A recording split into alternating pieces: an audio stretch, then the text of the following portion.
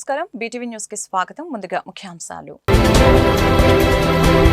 CM Chandrababu అధ్యక్షతన AP రాష్ట్ర మంత్రివర్గ సమావేశంలో టీడీపీ జనసేన ఫ్లోర్ లీడర్లతో పాటు పాల్గొన్న మంత్రివర్గం 2024-25 వార్షిక బడ్జెట్ కి కేబినెట్ ఆమోదం. ఏపీ బడ్జెట్ సమావేశాలు ప్రారంభం. శాసనసభలో మంత్రి పయ్యావుల కేశవ్ 2024-25 ఆర్థిక సంవత్సరానికి గాను బడ్జెట్ను ప్రవేశపెట్టిన వైనం. అప్పుల ఊబిలో కూరుకుపోయిన ఆంధ్రప్రదేశ్ను కాపాడడంతో పాటు సంక్షేమం అభివృద్ధి సమ్మేళనంతో వార్షిక బడ్జెట్కి రూపకల్పన చేశామని మంత్రి పయ్యావుల కేశవ్ వెల్లడి. గత ప్రభుత్వం పరిమితికి మించి అప్పులు చేసిందని, రాష్ట్రాన్ని అప్పుల్లోకి నెట్టిందని ఆరోపణ. రైతే రాజు కావాలని నిరంతరం ఆలోచించే, అందుకోసం నిరంతరం ప్రయత్నించే వ్యక్తి మన ముఖ్యమంత్రి చంద్రబాబు నాయుడు అని మంత్రి అచ్చెన్నాయుడు ప్రశంస. రాష్ట్రంలో వ్యవసాయ రంగాన్ని తిరిగి గాడిలో పెట్టడానికి, రైతు సంక్షేమం కోసం తమ ప్రభుత్వం చర్యలు చేపట్టిందని వెల్లడి. సీఎం చంద్రబాబు అధ్యక్షతన ఏపీ రాష్ట్ర మంత్రివర్గం సమావేశం నిర్వహించారు. ఈ కేబినెట్ లో floor లీడర్లతో speaker Ayyanna Patrudu, CM Chandrababu Naidu, మంత్రులు పయ్యావుల కేశవ్, నాదెండ్ల మనోహర్, ఎమ్మెల్యే విష్ణుకుమార్ రాజులు పాల్గొన్నారు. ఇందులో 2024-25 వార్షిక బడ్జెట్ కి కేబినెట్ ఆమోదం తెలిపింది. సూపర్ 6 హామీలు నెరవేర్చే దిశగా బడ్జెట్ ఉంటుందని తెలుగుదేశం పార్టీ నేతలు తెలిపారు.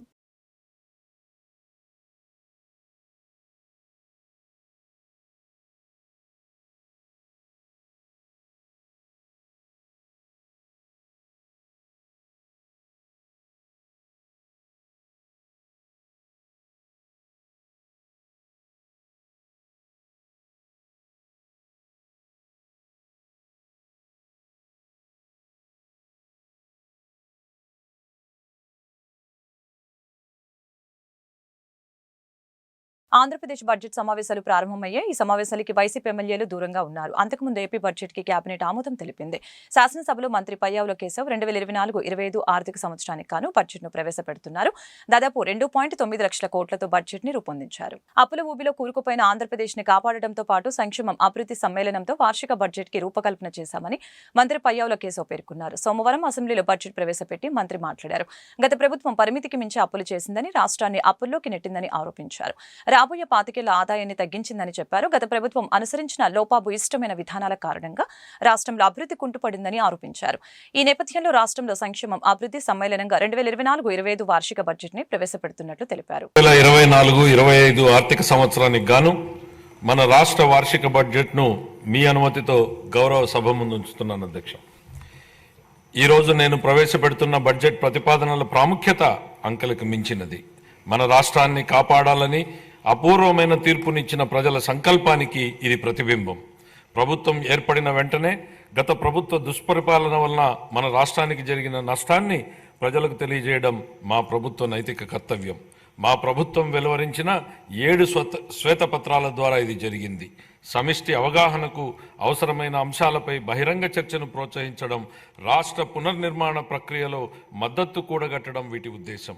ఈరోజు మన రాష్ట్రం ఎదుర్కొంటున్న సవాళ్లు రాష్ట్ర ఆర్థిక వ్యవహారాల దుర్వినియోగం, రాష్ట్ర వనరుల మళ్లింపు, లోపభూయిష్టమైన ఎక్సైజ్ మరియు ఇసుక విధానాల వలన సహజ వనరుల దోపిడీ వలన రాష్ట్ర ఆదాయానికి గండిపడడం, ప్రభుత్వ పన్నులను దారి మళ్లించడం ద్వారా రాబోయే 25 సంవత్సరాల భవిష్యత్తు ఆదాయాన్ని గణనీయంగా తగ్గించడం, పరిమితికి మించి రుణాలను అధిక వడ్డీ రేట్లకు తీసుకోవడం, కేంద్ర ప్రభుత్వ మార్గదర్శకాలను ఉల్లంఘించి రుణాలను తీసుకోవడం, కేంద్ర ప్రాయోజిత పథకాల నిధుల మళ్లింపు, పిల్లల పౌష్టికాహారం కోసం చిక్కి వైద్య సామగ్రి వంటి ముఖ్యమైన పథకాలకు చెల్లింపులు నిలుపుదల, స్థానిక సంస్థల నిధుల మళ్లింపు, ఉద్యోగులకు పేరుకుపోయిన బకాయిలు, వివిధ పనులకు చెందినటువంటి బిల్లుల బకాయిలు, అన్ని ప్రాజెక్టులను స్తంభింపజేయడం ద్వారా నీటిపారుదల రంగం పతనం, ఇంధన రంగం విధ్వంసం, కొత్తగా బ్యాంకింగేతర ఆర్థిక సంస్థను ఏర్పాటు ద్వారా కార్పొరేషన్ల నిధుల మళ్లింపు పై పేర్కొన్న కారణాల వలన దేశంలో తొలిసారిగా ఆర్థిక గందరగోళ పరిస్థితులు ఎదురయ్యాయి. కంట్రోలర్ అండ్ ఆడిటర్ జనరల్ వారి నివేదికలో రాష్ట్ర ఆర్థిక పరిస్థితిపై ప్రతికూలంగా వ్యాఖ్యానించడం జరిగింది. నేడు రాష్ట్ర ఆర్థిక వ్యవస్థ పతనం అంచున ఉంది. మన రాష్ట్ర ఆర్థిక వ్యవస్థను పునఃప్రారంభించి రాష్ట్ర ప్రగతిని పునర్నిర్మించడం నేటి తరం చేతుల్లో ఉంది. గౌరవ ముఖ్యమంత్రి శ్రీ నారా చంద్రబాబు నాయుడు గారి ప్రేరణే మాకు చోదక శక్తి. ఈ సందర్భంగా వారి మాటలను ఉదహరించాలని అనుకుంటున్నాను. ప్రతి సంక్షోభాన్ని అంకిత భావంతో, సృజనాత్మకతతో, నిబద్ధత మరియు కృషితో అవకాశంగా మార్చుకోండి అని. మే 24 జూన్ నెలలో జరిగిన సార్వత్రిక మరియు రాష్ట్ర శాసనసభ ఎన్నికలలో మన రాష్ట్ర ప్రజలు మా సంకీర్ణ ప్రభుత్వానికి అపూర్వమైన తీర్పునిచ్చారు. 57% ఓట్లతో 175 సీట్లకు గాను 164 సీట్లు రావడం మాకు దక్కిన గౌరవం. అసాధారణమైన ఆధిక్యతతో 93% సీట్లని మేము గెలవగలిగాం. గత ప్రభుత్వ దుర్మార్గ పాలనకు వ్యతిరేకంగా ప్రజలు చేసిన విప్లవ ప్రకటన ఇది. ఇదే సమయంలో మా ఎన్డీఏ ప్రభుత్వానికి లభించిన అద్భుతమైన ఈ ఆధిక్యత గౌరవనీయ ముఖ్యమంత్రి శ్రీ నారా చంద్రబాబు నాయుడు గారు, గౌరవనీయ ఉప ముఖ్యమంత్రి శ్రీ కొణిదెల పవన్ కళ్యాణ్ గారు మరియు గౌరవనీయ భారత ప్రధానమంత్రి శ్రీ నరేంద్ర మోడీ గారి రైతే రాజు కావాలని నిరంతరం ఆలోచించి అందుకోసమే నిరంతరం ప్రయత్నించే వ్యక్తి మన ముఖ్యమంత్రి చంద్రబాబు నాయుడు అని ఆంధ్రప్రదేశ్ వ్యవసాయ శాఖ మంత్రి అచ్చెన్నాయుడు కొనియాడారు. రాష్ట్రంలో వ్యవసాయ రంగాన్ని తిరిగి గాడిలో పెట్టడానికి రైతు సంక్షేమం కోసం తమ ప్రభుత్వం చర్యలు చేపట్టిందని అన్నారు.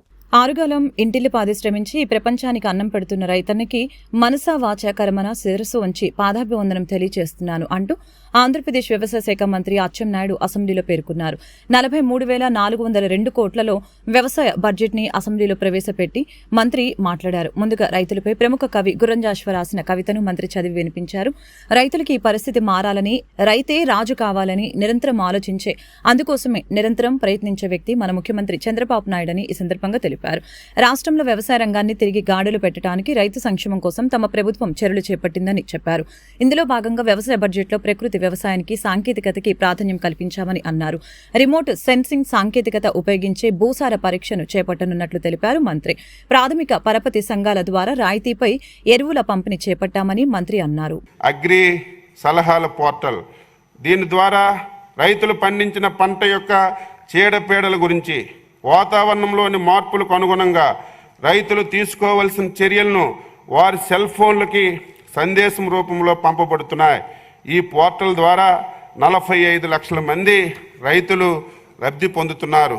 ఇన్సిజెట్ యాప్ ద్వారా విత్తనాలు, ఎరువులు, పురుగు మందులు, నాణ్యత నియంత్రణకు, నమూనా సేకరణతో పారదర్శకతను మరియు వాటి పరీక్షలపై పర్యవేక్షణ తీసుకుంటున్నాం. అర్హులైన రైతులు వారి అవసరాలకు తగ్గట్టుగా వివిధ వ్యవసాయ కార్యక్రమాలు, పథకాల ద్వారా సేవలను అందించడానికి వీలుగా ప్రతి రైతుకు ఒక విశిష్ట గుర్తింపు నెంబర్ ఇస్తూ ఫార్మర్స్ రిజిస్ట్రీ ఏర్పాటుకు తగు చర్యలు తీసుకుంటున్నాం. దీనికోసం అగ్రి స్టాక్ పథకం కింద డిజిటలైజ్డ్ ల్యాండ్ రికార్డులను మరియు రైతులకు విశిష్ట గుర్తింపబడినటువంటి సమగ్ర డేటాబేస్ వ్యవస్థను జియో రిఫరెన్స్ చేసి గ్రామ పట్టాల్లో రూపొందించడం వంటి డిజిటల్ సేవలను అందించబడుతున్నాయి. 2024-25 సంవత్సరానికి డిజిటల్ వ్యవసాయం కోసం 44.77 కోట్లు బడ్జెట్లో ప్రతిపాదిస్తున్నాం. వ్యవసాయ యాంత్రీకరణ, ప్రతి రంగంలో స్మార్ట్ వర్క్ చేయడం అనివార్యం. అందుకే వ్యవసాయ రంగంలో యాంత్రీకరణ ప్రాముఖ్యం మరియు అవసరం గుర్తించాం.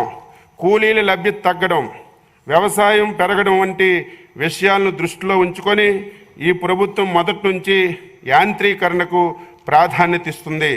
ఇప్పటికే కస్టమ్స్ హైరింగ్ కేంద్రాలు, ఆర్ఎస్కేలు. ఆంధ్రప్రదేశ్ బడ్జెట్ సమావేశాలు నేడు ప్రారంభమయ్యాయి. ఈ సమావేశాలకి వైసీపీ ఎమ్మెల్యేలు దూరంగా ఉన్నారు. అంతకుముందు ఏపీ బడ్జెట్ కి కేబినెట్ ఆమోదం తెలిపింది. శాసనసభలో మంత్రి పయ్యావుల కేశవ్ 2024-25 ఆర్థిక సంవత్సరానికి గాను బడ్జెట్ ను ప్రవేశపెట్టనున్నారు. దాదాపు 2.9 లక్షల కోట్లతో బడ్జెట్ ను రూపొందించారు. బడ్జెట్ అనంతరం అసెంబ్లీ వ్యవహారాల కమిటీ సమావేశమయ్యారు. అసెంబ్లీని ఎన్ని రోజులు నిర్వహించాలనే దానిపై చర్చించారు. బడ్జెట్ సమావేశాలని 10 నుంచి 15 రోజుల పాటు నిర్వహించే అవకాశాలు కనిపిస్తూ ఉన్నాయి. శాసన మండలిలో బడ్జెట్ ను కొల్లు రవీంద్ర, వ్యవసాయ బడ్జెట్ ను మంత్రి నారాయణ ప్రవేశపెట్టారు. జయ జయ హే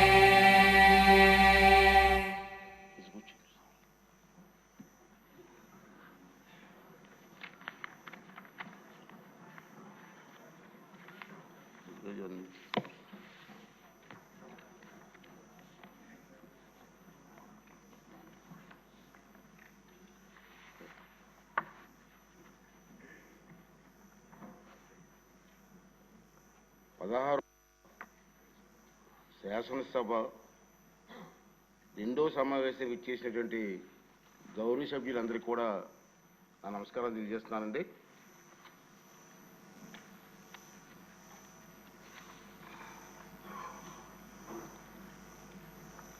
గౌరవ ఆర్థిక శాఖ మంత్రులు 2024-25 ఆర్థిక సంవత్సరానికి బడ్జెట్ను సభకు సంప్రదించడం ఆరంభించగానే అసెంబ్లీ సిబ్బంది బడ్జెట్ ప్రసంగ తెలుగు ఆంగ్ల తాలూకు కాపీలన్నీ కూడా సభ్యులందరికీ అందజేస్తారు. మిగిలిన బడ్జెట్ ప్రచురణ సభ్యులు సేవా కేంద్రం నుంచి కూడా బడ్జెట్ ప్రసంగాన్ని మీరు పొందవచ్చండి.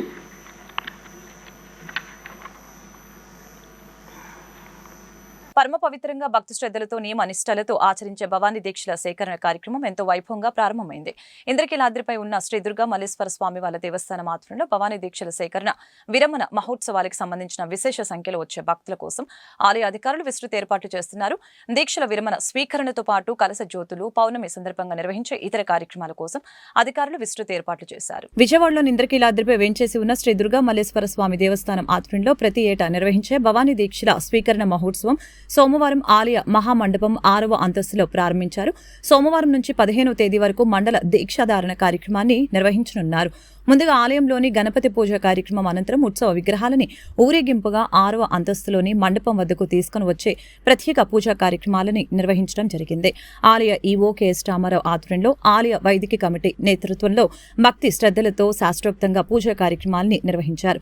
దీక్షధారణ స్వీకరించిన భక్తులందరికీ అమ్మవారి నామాలతో నియమాలతో కూడిన భవానీ దీక్ష కరపత్రాలతో పాటు ప్రముఖ ఆధ్యాత్మిక రచయిత పురాణ పండ శ్రీనివాస్ రచించిన శ్రీనిధి లలిత సహస్రనామ పుస్తకాలని ఆలయ ఈవో కెఎస్ రామారావు స్వయంగా అందచేయడం జరిగింది. కనకదుర్గమ్మ భవానీ దీక్షలు స్వీకరించిన భక్తుల కోసం శ్రీ దుర్గా మల్లేశ్వర స్వామి దేవస్థానం ఆధ్వర్యంలో ప్రత్యేక ఏర్పాట్లు చేశారు. సోమవారం నుంచి ప్రారంభమైన దీక్ష స్వీకరణలో భాగంగా దీక్ష స్వీకరించే భక్తులకి ఆలయ పూజారులతో పాటు గురు భవానీలు అందుబాటులో ఉంటూ దీక్షని ధరింపచేయనున్నారు. డిసెంబర్ 14వ తేదీ పౌర్ణమి రోజున కలశ జ్యోతి కార్యక్రమాన్ని కూడా ఆలయం ఆధ్వర్యంలో నిర్వహించనున్నారు. డిసెంబర్ 21 నుంచి 25 వరకు అమ్మవారి దీక్ష విరమణ కార్యక్రమాలతో పాటు డిసెంబర్ 25 ఉదయం 10 గంటలకి నిర్వహించే మహాపూర్ణాహుతి కార్యక్రమంతో దీక్ష విరమణ సమాప్తి కానుంది.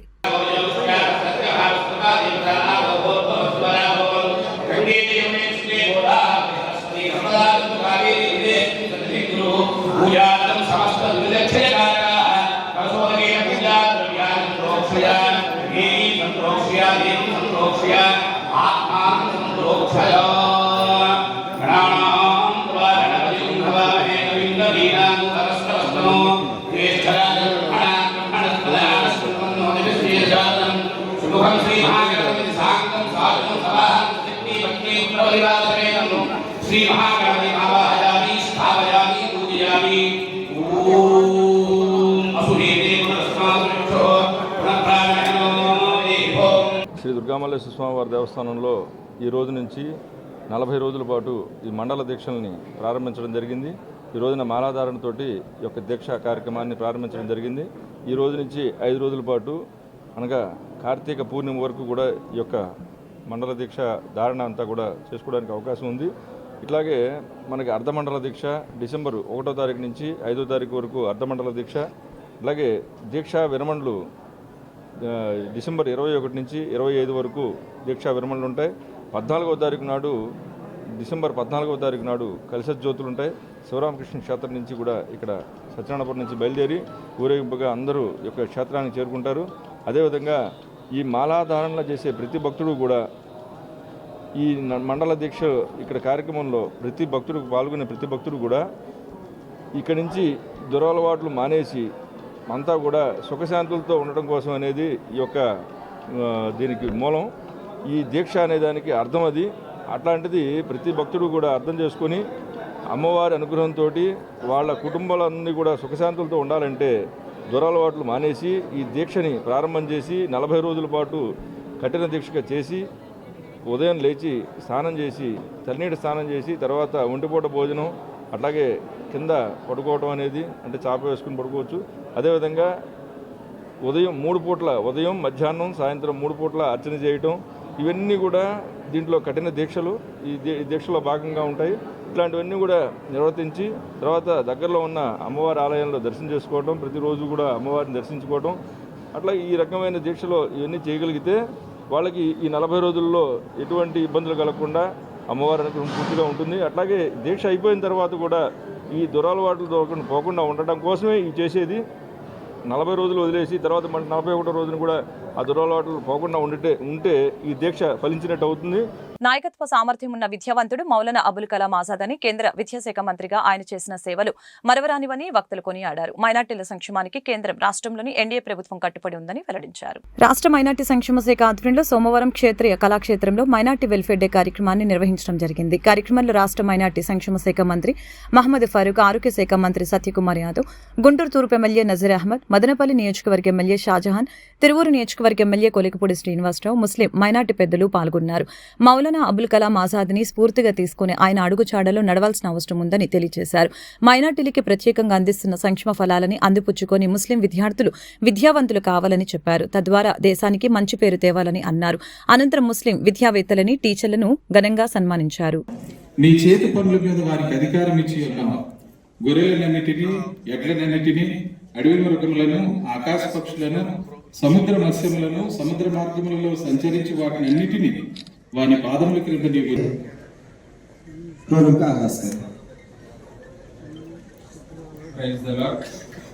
ప్రభు అయిన యేసుక్రీస్తు నామములో మీ అందరికీ హృదయపూర్వకమైనటువంటి వందనాలు తెలియజేస్తూ ఉన్నాం. దేవుని వాక్యాన్ని చదువుకున్నాం. मीराज है कि उस्ताद होगा तो ऑनरेबल माइनॉरिटी मिनिस्टर जनाब आली जनाब एमडी फारूक साहब के हाथों शाल मेमेंटो से आपकी जो है सरफराज किया जा रहा है.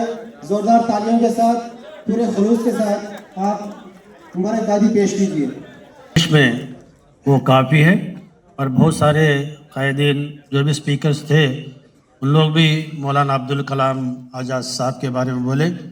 काबिल तारीफ़ है, दीनदार है, अल्लाह वाले है, मौलाना है और सियासत में कैसा. ఆంధ్రప్రదేశ్ క్యాబినెట్లో మంత్రిగా ఉన్నటువంటి ఆరోగ్య శాఖ మంత్రులు సత్యకుమార్ యాదవ్ గారు ఈ కార్యక్రమానికి విశిష్ట అతిథిగా వచ్చారు. ఆయన్ను వేదిక మీదకి ఆహ్వానిస్తున్నాం. షరీఫ్ సార్ మీరు కొనసాగించండి సార్. मौलाना साहब दो चीज़ों के बारे में हमें इबरत हासिल करना.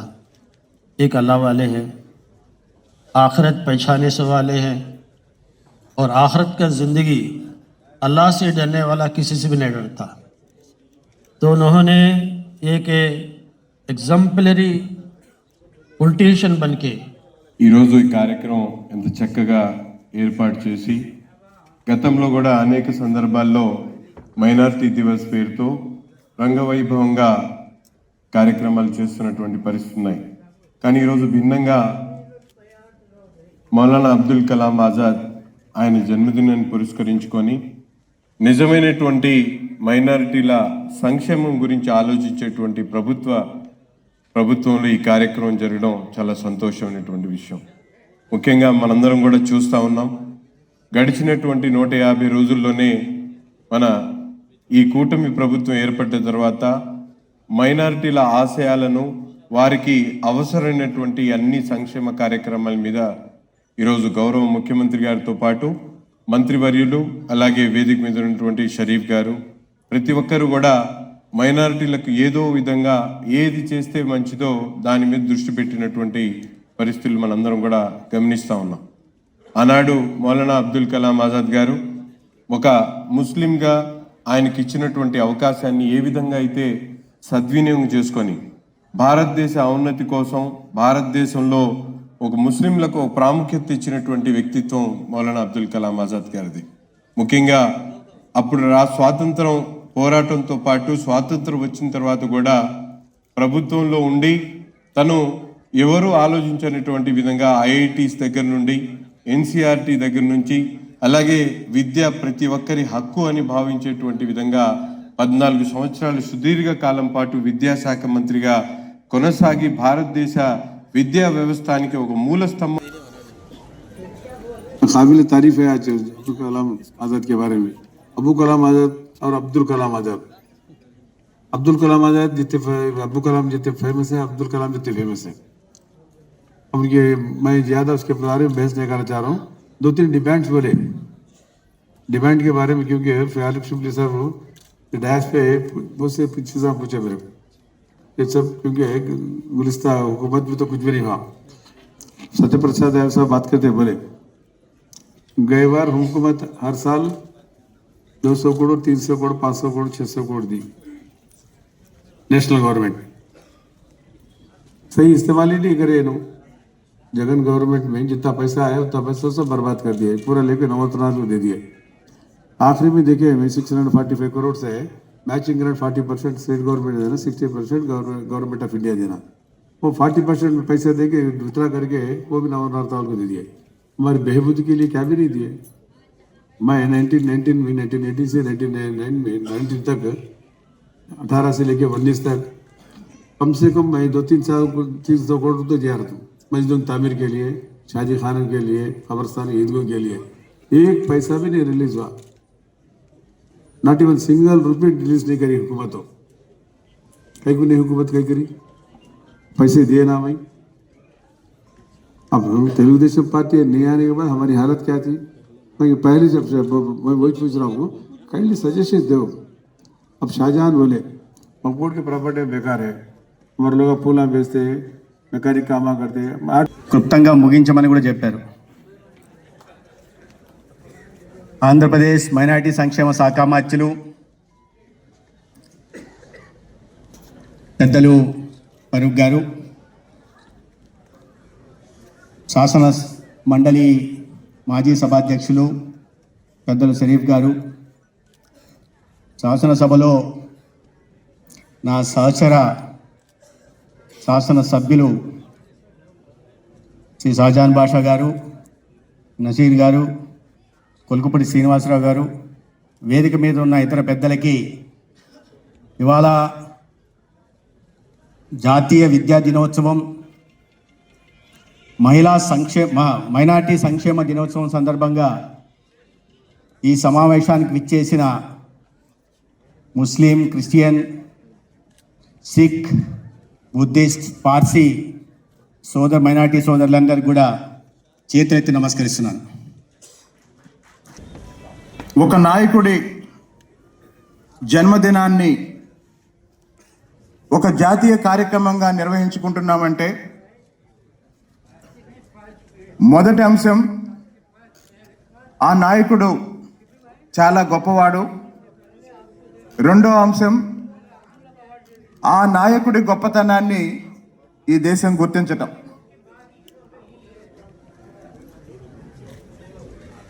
నేను 2 నిమిషాలే మాట్లాడతాను. అందరికీ తెలిసిన విషయం ఏంటంటే మన దేశానికి స్వాతంత్రం వచ్చిన తర్వాత జవహర్లాల్ నెహ్రూ గారు ప్రధానమంత్రిగా ఏర్పడ్డ ప్రభుత్వంలో విద్యాశాఖ మంత్రిగా స్వతంత్ర భారతదేశ తొలి విద్యాశాఖ మంత్రిగా బాధ్యతలు నిర్వహించిన అబుల్ కలాం ఆజాద్ గారు, వాస్తవానికి ఆజాద్ అనే దాని పేరు కాదండి, ఆజాద్ ఆయన కలం పేరు. ఎందుకు అంటే ఈ దేశంలో కార్తీక మాసం 2వ సోమవారం సందర్భంగా శివాలయాలకి భక్తులు పోటెత్తారు. శివ నామస్మరణతో శైవక్షేత్రాలు మారుమరోగుతున్నాయి. సోమవారం తెల్లవారుజాము నుంచే భక్తులు శివాలయాల్లో ప్రత్యేక పూజలు, అభిషేకాలు నిర్వహించారు. విజయవాడ దుర్గా ఘాట్లో భక్తులు పుణ్యస్నానాలు ఆచరించారు. సోమవారం నుంచి భవానీ దీక్షలు ప్రారంభమవుతాయి. భవానీ దీక్షల కోసం మల్లికార్జున మహామండపంలో ప్రత్యేక ఏర్పాట్లు చేశారు.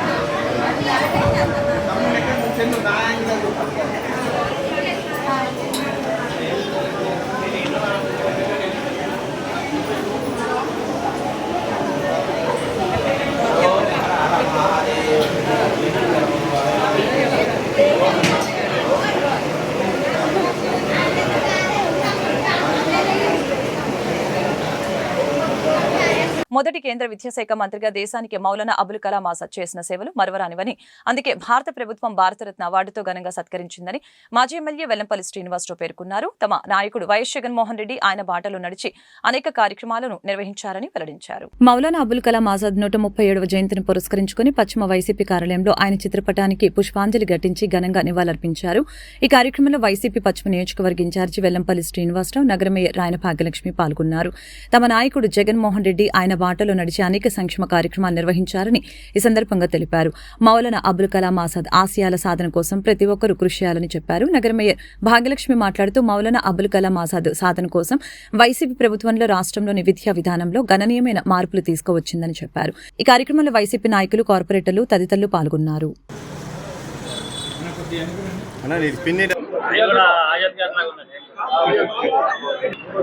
భారతరత్న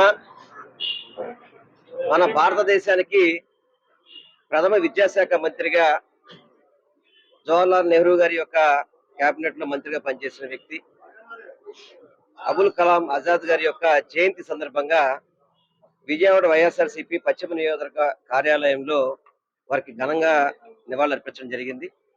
ఈ కార్యక్రమానికి మన నగర మేయర్ గారు రాయన భాగ్యలక్ష్మి గారు, కార్పొరేటర్స్, ఇతర ముఖ్య నాయకులు అందరూ కూడా రావడం జరిగింది. ఏదైతే ఆయన విద్యాశాఖ మంత్రిగా పనిచేస్తూ భారతదేశంలో ఉన్నత విద్యలకి విలువలు ఇచ్చారో అటువంటి విద్యలు గౌరవ మాజీ ముఖ్యమంత్రి జగన్మోహన్ రెడ్డి గారు కూడా వారి యొక్క బాటలో అనేక కార్యక్రమాలు చేపట్టడం జరిగింది. కానీ ఇప్పుడున్న కూటమి ప్రభుత్వం కనీసం వాటిని కొనసాగించే పరిస్థితిలో కూడా లేదు. ఈరోజు చాలా బాధాకరం కూడా. అబుల్ కలాం ఆజాద్ గారు ఒక స్వతంత్ర సమరయోధుడు, ఎంతో భారతదేశం కోసం ఎన్నో త్యాగాలు చేసిన వ్యక్తి. అటువంటి మహనీయుడిని ప్రతి ఒక్కళ్ళు కూడా గుర్తు పెట్టుకోవాలని చెప్పని, వారి యొక్క అడుగుజాడల్లో ప్రతి ఒక్కరు నడవాలని చెప్పని, వారి యొక్క ఆశయాలను ప్రతి ఒక్కరు కూడా ముందుకు తీసుకువెళ్లాలని చెప్పని మనస్ఫూర్తిగా కూడా కోరుకుంటున్నాను. ఎందుకంటే ఆ రోజు తొలి విద్యాశాఖ మంత్రిగా భారతదేశానికి కావచ్చు అనేక విద్యా విధానాల్లో చక్కటి కార్యక్రమాలు చేపట్టిన వ్యక్తి. వారిని ప్రతి ఒక్కళ్ళు కూడా వారి బాటలు నడవాలని మనస్ఫూర్తిగా కోరుకుంటూ, వైఎస్ జగన్మోహన్ రెడ్డి గారు తూచా తప్పకుండా ఏదైతే పెద్దలు బాట ముందుకు తీసుకెళ్లే విధంగా, వారి అడుగులో నడిచే విధంగా అనేక కార్యక్రమాలు చేపట్టారు. దురదృష్టవశాత్తు ఇప్పుడు ఆయన ప్రతిపక్షంగా ఉన్నా కానీ రానున్న రోజుల్లో ఈ మహనీయుల యొక్క ఆశయాలు ముందుకు తీసుకెళ్లాలంటే అది వైఎస్ జగన్మోహన్ రెడ్డి గారికి సాధ్యం అని చెప్పని మీ ద్వారా నేను అబ్దుల్ కలాం ఆజాద్ గారికి ఈరోజు ఇక్కడ ఘన నివాళులు అర్పించడానికి మన మాజీ మంత్రివర్యులు శాసనసభ్యులు వెల్లంపల్లి గారి ఆధ్వర్యంలోన కార్యాలయంలోన ఈరోజు కార్పొరేటర్లు, పార్టీ నాయకులు, పార్టీ ప్రతినిధులు అందరం వచ్చి ఘనంగా నివాళులు అర్పించడం జరిగింది. ఈరోజు పెద్దల అడుగుజాడల్లో నడుస్తూ ఈరోజు వైఎస్ఆర్ కాంగ్రెస్ పార్టీ మన ప్రీతం నాయకులు జగన్మోహన్ రెడ్డి గారు ప్రతిరోజు ఏదైతే మనకి స్వతంత్ర సమరంలో కానీ, స్వతంత్రం తర్వాత విద్యా వ్యవస్థను కానీ, ఆరోగ్యం కానీ ప్రతి ఒక్క విషయంలోన పెద్దల అడుగుజాడల్లో నడుస్తూ 5 ఏళ్ల గవర్నమెంట్ అన్నది నిర్వహించడం జరిగింది. 5 ఏళ్లలోన ఎన్నో సంస్కరణలు చేశారు, ప్రజలకి ఎంతో మంచి చేశారు. కానీ ఈరోజు ప్రజలు భస్మాసురుని హస్తం నెత్తి మీద పెట్టుకున్నట్టు వాళ్ళ నెత్తి మీద వాళ్ళే చేయి పెట్టుకున్నారు. ఇప్పటికే ప్రజలకి చాలా అర్థమైంది. ఈ 5 నెలల్లోనే మేమెంత తప్పు చేశామన్నది రిలీజ్ అన్నది మొదలైంది. విద్యా సంస్థలోన ఎన్ని రకాలైన మార్పులు తీసుకొచ్చారు. ఇంగ్లీష్ మీడియం కానీ, పిల్లలకి మంచి ఆఫ్టర్నూన్ మీల్స్ కానీ, అలాగే ఫీజు రియంబర్స్మెంట్ కానీ, అలాగే విద్యా దీవెన కానీ, వసతి దీవెన కానీ, ట్యాబ్స్ కానీ, ప్రతి ఒక్క విద్యకి ఏ ఒక్క పిల్లలు మేమందరం అర్హులమే, ఇంగ్లీష్ మీడియం మేమందరం అర్హులమే, ప్రతి ఒక్కటి మాకు అందరికీ సమానంగా రావాలి అన్న ఏదైతే పేరెంట్స్ కోరికలు ఉన్నాయో అవన్నీ తీర్చే విధంగా జగన్మోహన్ రెడ్డి గారు విద్యా వ్యవస్థని ఇంత ముందుకు తీసుకెళ్లడం జరిగింది. ఈ రోజు విద్యా వ్యవస్థలో వస్తున్న మార్పులు ప్రజలు కూడా గమనిస్తున్నారు. నీకు 15 అన్న మాటలన్నీ ఏమైపోయినాయో ఈ రోజు గమనిస్తున్నారు. ఫీజు రియంబర్స్మెంట్ ఏమైందో గమనిస్తున్నారు. హాస్టల్లోని పిల్లలు ఎలా తింటున్నారో గమనిస్తున్నారు. ప్రతి ఒక్కటి ప్రజలు గమనిస్తున్నారు. రాబోయే కాలంలోన ఇప్పుడు పరిపాలిస్తున్న ప్రభుత్వానికి ప్రజలే తగిన బుద్ధి తెలియజేస్తారు. ఇలాంటి ఒక మహనీయులు అడుగుజాడల్లోన వైఎస్ఆర్ కాంగ్రెస్ పార్టీ నడుస్తుంది. ప్రతి ఒక్క మహనీయుడు అడుగుజాడల్లోనే పుట్టినరోజు కార్యక్రమంలో మన మాజీ మంత్రి వర్యులు అలాగే పశ్చిమ నియోజకవర్గం ఇన్ఛార్జ్ అయినటువంటి వెల్లంపల్లి శ్రీనివాస్ కార్యాలయం ఘనంగా నిర్వహించారు. ఈ కార్యక్రమానికి ముఖ్య అతిథిగా మన విజయవాడ నగర మేయర్ భాగ్యలక్ష్మి గారు అలాగే కార్పొరేటర్లు ముఖ్య నాయకులు అందరూ ఈరోజు ఇక్కడ హాజరవడం జరిగింది. వారు ఆ రోజుల్లో విద్యను ఎన్నో సంస్కరణలు తీసుకొచ్చి పెద్ద పెద్ద యూనివర్సిటీలు స్థాపించి పేద ప్రజలకు విద్యను అందించాలని చెప్పి వారిని ఎన్నో కృషి చేశారు. ఈరోజు పిల్లలు చాలా చదువుగా చదువుకుంటున్నారంటే వారు చేసిన పాటలే మనం ఈరోజు ఆదర్శంగా తీసుకున్నాం. అలాగే వారి ఆదర్శాలకు అనుగుణంగా మన మాజీ మంత్రులు గౌరవనీయులు జగన్మోహన్ రెడ్డి గారు కూడా ప్రజలు ప్రతి ఒక్కరికి విద్య అందాలి, పేద ప్రజలకు కూడా విద్య అందాలని చెప్పి ఆ రోజు ఎంతో కృషి చేశారు. ఈ రోజు అనుగుణంగా ఇంగ్లీష్ మీడియం కూడా స్థాపించడం జరిగింది. మీరు చూస్తే నాడు నేడు కార్యక్రమంలో మంచి స్కూల్స్ లను కూడా చక్కగా మేము తీర్చిదిద్దడం కూడా మనం చూసాము. పిల్లలకు చక్కగా అన్ని కావాల్సిన సౌకర్యాలు కల్పించి వారు ప్రశాంతంగా నచ్చి చదువుకోవాలి, ప్రతి ఒక్కరు చదువుకోవాలి పిల్లలు అని చెప్పి వారు ఎంతో ఆశించారు. ఏదైనా పిల్లలు మనం చదువుకుంటేనే రేపు భవిష్యత్తులో దేశ అభివృద్ధి చెందుతుందని చెప్పి నమ్మిన వ్యక్తులు. అటువంటి వారి మార్గంలో మనం కూడా నడవాలని చెప్పి కోరుకుంటూ ఈ కార్యక్రమం అవకాశం ఇచ్చిన మీడియా మిత్రులందరికీ. ప్రస్తుతం ఉన్న రెల్లి జనాభా ఆధారంగా రిజర్వేషన్లు కేటాయించాలని ఆంధ్రప్రదేశ్ రెల్లి సంక్షేమ సంఘం నాయకులు ప్రభుత్వాన్ని డిమాండ్ చేశారు. 2004 లెక్కల ప్రకారం మైనర్లుగా చూపిస్తే 1% మాత్రమే రిజర్వేషన్ ఇవ్వడం వలన అన్ని విధాల వెనకబాటుకు గురయ్యారని చెప్పారు. కుల గణనలో భాగంగా రెల్లి కులస్తుల్ని కూడా లెక్కించి అందుకు అనుగుణంగా రిజర్వేషన్లు కేటాయించాలని డిమాండ్ చేస్తూ రెల్లిస్ సంక్షేమ సంఘం ఆధ్వర్యంలో విజయవాడ ధర్నా చౌక్లో ధర్నా చేపట్టారు. తమ డిమాండ్లు పరిష్కరించాలంటూ ప్లకార్డులు చేతబూని సంఘం ప్రతినిధులు నినాదాలు చేశారు. సర్వే ద్వారా గణన చేయించి జనాభా దామాష ప్రకారం రిజర్వేషన్లు అమలు చేయాల్సిన అవసరం ఉందని ఈ సందర్భంగా తెలియజేశారు. సామాజిక, ఆర్థిక, రాజకీయంగా వెనుకబడి ఉన్నామని, రిజర్వేషన్లు పెంచితేనే తమ కులస్తులు అభివృద్ధి చెందుతారని స్పష్టం చేశారు. ప్రభుత్వం రెల్లి కులస్తుల సమస్యల్ని పరిష్కరించే విధంగా కృషి చేయాలని కోరారు. సంక్షేమ సేవా సంఘం ప్రెసిడెంట్ విజయవాడ. ఈరోజు మన ఆంధ్రప్రదేశ్లో వర్గీకరణ మేము ఇక్కడ ఈ సుప్రీంకోర్టు ఇచ్చిన తీర్పు ప్రకారం దీనికి మేము ఆహ్వానించి ఈరోజు రెల్లీస్కి 1% ఇచ్చి అది మహిళలకు ఇచ్చినందుకు మేము ఈ ధర్నా చౌకలో మేము ధర్నా పెట్టడం జరిగింది.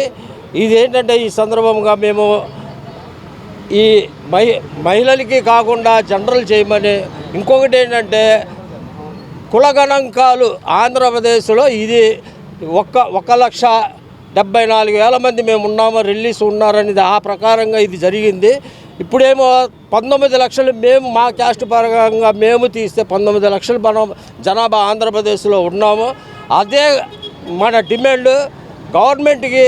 ఈ డిమాండ్ ప్రకారంగా గవర్నమెంట్ కుల గణాంకాలు చేసి దీని ప్రకారంగా మనకి రెల్లీస్కి ఏ రకంగా మన నిష్పత్తిగా ఈ వర్గీకరణ ఇస్తే బాగుంటుందని ఆంధ్రప్రదేశ్ రెల్లి కుల సంక్షేమ సేవా సంఘం రాష్ట్ర సహాయ కార్యదర్శిని.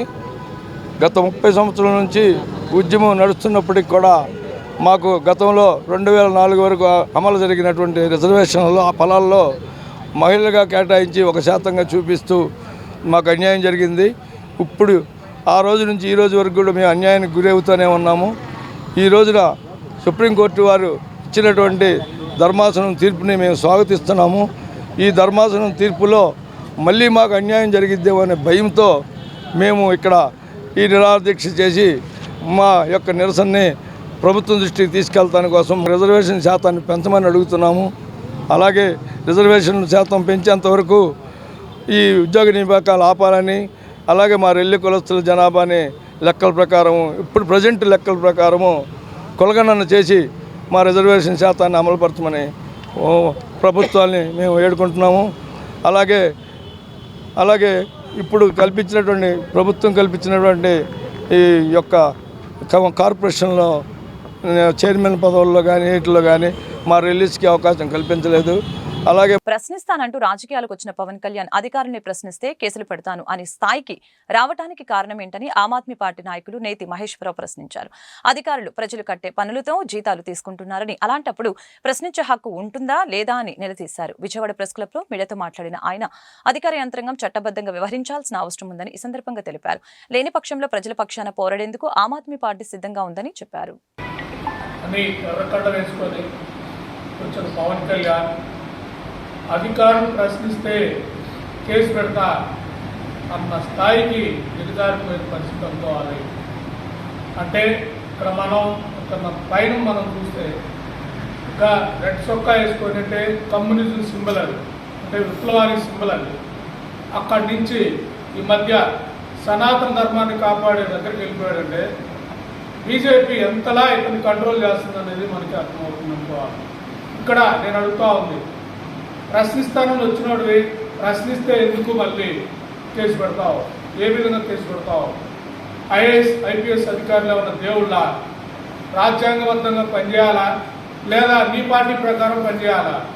నీ జనసేన పార్టీ ప్రకారం పనిచేస్తే నువ్వే జీతాలు వాళ్ళకి. ప్రజల నుంచి ట్యాక్స్ తీసుకున్నప్పుడు ప్రజల నుంచి వచ్చిన ట్యాక్స్ నుంచి జీతాలు తీసుకుని ఎవరైనా ప్రజలకు జవాబుదారితనంగా ఉండాలి. అలా కాదు పార్టీలకు జవాబుదారితనంగా లేదా నాయకులకు జవాబుదారితనంగా ఉండే పరిస్థితి అంటే రాజీనామా చేసి ఆ పార్టీల నుంచి జీతాలు తీసుకుని వాళ్ళకి ఊడికి చేయాల్సిందిగా అధికారులు హెచ్చరిస్తున్నాం. రాజ్యాంగబద్ధంగా పనిచేయండి. ఇక్కడ చూస్తున్నాం గత వారం రోజుల నుంచి ఒక టెర్రర్ వాతావరణం. సోషల్ మీడియాలో పోస్ట్ పెడితే పోస్ట్ తాలూకు కేసు పెట్టుకునే కాదన్నాం. Section follow, supreme court guidelines follow, ఇవన్నీ ఫాలో అవ్వండి. ఇవన్నీ ఫాలో అయ్యి వాళ్ళని చట్టబద్ధంగా తీసుకోండి. మేము ఎవరిని కూడా పర్సనల్గా టార్గెట్ చేసి ఎవరిని కూడా సమర్థించే పరిస్థితి ఆమ్ ఆద్మీ పార్టీ చేయదు. అది వైసీపీ వాళ్ళు అయినా టీడీపీ వాళ్ళు అయినా. వ్యక్తిగత జీవితాలకు వెళ్తే అంతే స్థాయిలో స్పందించండి, కానీ చట్టబద్ధంగా స్పందించండి. సోషల్ మీడియా కేసులు తీసుకొని సోషల్ మీడియా కేసులు వదిలేసి వాళ్ళ మీద ఎస్సీ ఎస్టీ కేసులు పెడుతున్నారంటే ఎస్సీ ఎస్టీ కేసులు కూడా దుర్వినియోగం చేస్తున్నారు రాష్ట్రంలో. మీ అందరికీ మీకు తెలియకపోతే తెలియటం కోసమే ఈరోజు ప్రెస్ మీట్ పెట్టా. ఇక్కడ నేను చెప్పదలుచుకుంది మీ అందరికి కూడా కోడ్ ఆఫ్ కండక్ట్ ఉంది. అది చార్ట్ అప్పుడు మాకు కోడ్ ఆఫ్ ఎథిక్స్ ఉంది, మీకు కోడ్ ఆఫ్ కండక్ట్ ఉంది. మీరు కోడ్ ఆఫ్ కండక్ట్ ప్రకారం ఆల్ ఇండియా సివిల్ సర్వీస్ రూల్స్కి కట్టుబడి ఎలాంటి ప్రలోభాలకు ఎలాంటి ఒత్తిడికి లోనవ్వకుండా రాజ్యాంగబద్ధంగా ఉద్యోగం చేస్తేనే ఈ పొజిషన్లో ఉండండి. లేదు మాకు ఒత్తిళ్లు ఉన్నాయి, మేము రాజ్యాంగబద్ధంగా పనిచేయడానికి ప్రభుత్వాలు సహకరించట్లేదు లేదా మంత్రులు సహకరించట్లేదంటే నిరభ్యంతరంగా రాజీనామా చేసి బయటకు వెళ్ళిపోతే వ్యవస్థలోకి దమ్మున్న యువత వస్తుంది. దమ్మున్న యువత వచ్చిన రోజు వీళ్ళ అంతు చూసే పరిస్థితి ఉంటుంది. కాబట్టి నేను చెప్పదలుచుకుంది పవన్ కళ్యాణ్కి రాజ్యాంగం. వార్తలు ముగించే ముందు ముఖ్యాంశాలు మరొకసారి. సీఎం చంద్రబాబు అధ్యక్షతన ఏపీ రాష్ట్ర మంత్రివర్గ సమావేశంలో టీడీపీ జనసేన ఫ్లోర్ లీడర్లతో పాటు పాల్గొన్న మంత్రివర్గం 2024-25 వార్షిక బడ్జెట్ కి కేబినెట్ ఆమోదం. ఏపీ బడ్జెట్ సమావేశాలు ప్రారంభం. శాసనసభలో మంత్రి పయ్యావుల కేశవ్ 2024-25 ఆర్థిక సంవత్సరానికి గాను బడ్జెట్ను ప్రవేశపెట్టిన వైనం. అప్పుల ఊబిలో కూరుకుపోయిన ఆంధ్రప్రదేశ్ను కాపాడడంతో పాటు సంక్షేమం అభివృద్ధి సమ్మేళనంతో వార్షిక బడ్జెట్కి రూపకల్పన చేశామని మంత్రి పయ్యావుల కేశవ్ వెల్లడి. గత ప్రభుత్వం పరిమితికి మించి అప్పులు చేసిందని, రాష్ట్రాన్ని అప్పుల్లోకి నెట్టిందని ఆరోపణ. రైతే రాజు కావాలని నిరంతరం ఆలోచించే, అందుకోసం నిరంతరం ప్రయత్నించే వ్యక్తి మన ముఖ్యమంత్రి చంద్రబాబు నాయుడు అని మంత్రి అచ్చెన్నాయుడు ప్రశంస. రాష్ట్రంలో వ్యవసాయ రంగాన్ని తిరిగి గాడిలో పెట్టడానికి, రైతు సంక్షేమం కోసం తమ ప్రభుత్వం చర్యలు చేపట్టిందని వెల్లడి. ఈ వార్తలు ఇంతటితో సమాప్తం. మరొక బులెటిన్లో మళ్ళీ కలుద్దాం. నమస్కారం.